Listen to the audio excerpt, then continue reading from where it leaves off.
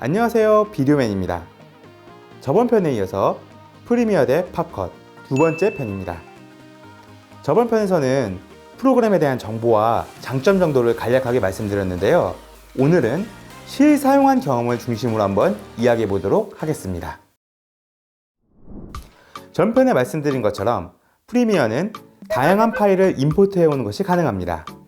범용적으로 쓰이는 동영상 포맷, 코덱을 비롯해서 파이널 컷에서 메인으로 사용하는 프로레스 코덱까지 가져오고, 또 지금은 거의 보이지 않는 구시대의 AVI 파일이나 WMV 영상 파일도 가능합니다.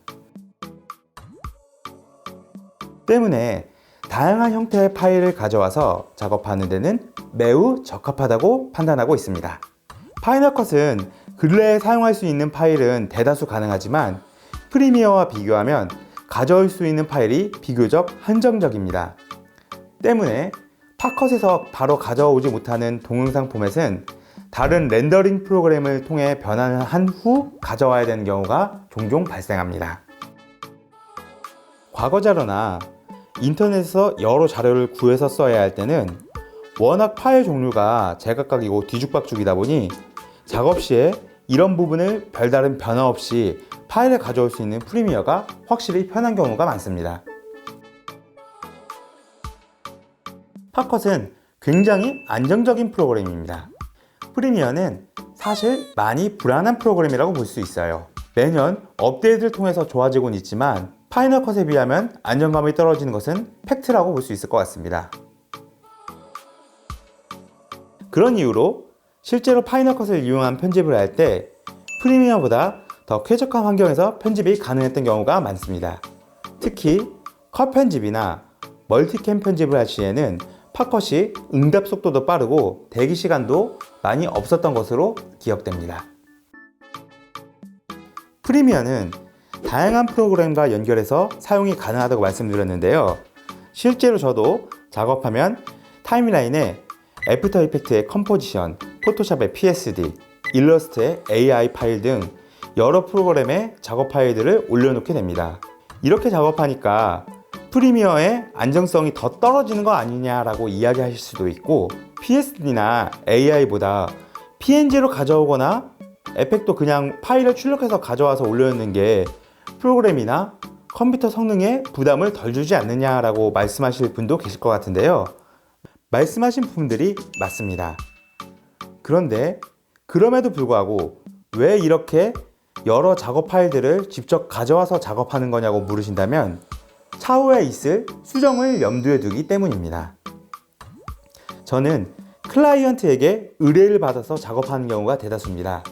그리고 아무리 초반부터 기획이나 협의를 잘 해놨어도 많건 적건 수정은 필연적으로 발생하게 됩니다. 보통 수정 요청이 오는 부분은 자막이나 이펙트인 경우가 많은데, 이것들은 모두 포토샵이나 에펙으로 구현한 경우가 대부분입니다. 그렇기 때문에 PSD 파일이나 애프터 이펙트 파일을 연계해 놓으면 차후에 수정 작업을 비교적 간편하게 처리하는 것이 가능합니다. 컷 편집의 안정성과 속도 면에서 팝컷이 매우 쾌적하고 좋다고 말씀드렸는데, 컷 편집을 편리하게 만드는 요인이 한 가지 더 있습니다. 페이보릿 기능입니다. 보통 컷 편집은 3점 편집이라는 형태로 편집을 합니다. 거의 모든 편집 프로그램이 인아웃 포인트를 지정할 수 있는 기능이 있습니다. 근데 파이널 컷은 여기에 페이보릿이라고 해서 소스에 찍어놓은 인아웃 구간을 자기가 지정해 놓을 수 있습니다. 그리고 본인이 선택한 그 지정 구간만을 보여지도록 설정할 수 있는데, 이 기능은 개인적으로 정말 유레카를 외칠 정도로 매우 좋았습니다.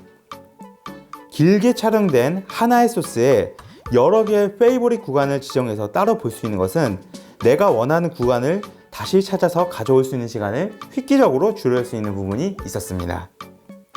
프리미어도 2019 버전부터 프로젝트 내에 프리폼 뷰라는 기능을 통해서 프로젝트 패널에서 내가 원하는 소스들끼리 모아놓을 수 있는 기능이 추가됐습니다. 씬과 컷을 정교하게 기록해서 촬영하는 영화나 드라마 편집에 매우 유용하게 사용할 수 있는 기능이라 생각합니다. 비디오맨은 영상에 들어가는 이펙트가 복잡하거나 난이도가 있지 않아서 해당 프로그램에서 끝낼 수 있는 상황이다. 내가 후반부 작업을 하지 않아도 된다. 맥 체계와 시스템에 대해 내가 많이 능숙하다. 이런 경우에는 파이널 컷을 추천드리고요. 후반부 작업을 내가 해야 한다. 다양한 편집 환경과 스타일에 맞춰야 한다. 어도비 프로그램 위주로 다른 작업자들과 연계가 이루어지게 된다. 이런 상황이라면 프리미어를 선택하는 것이 더 낫다고 생각합니다. 사실 사용자마다 제작하려는 영상의 스타일, 장르, 작업 환경 등 모두 차이가 있습니다. 그렇기 때문에 각 프로그램에서의 단점이 되는 부분도 본인의 역량이나 다른 방법을 통해서 얼마든지 해결이 가능합니다.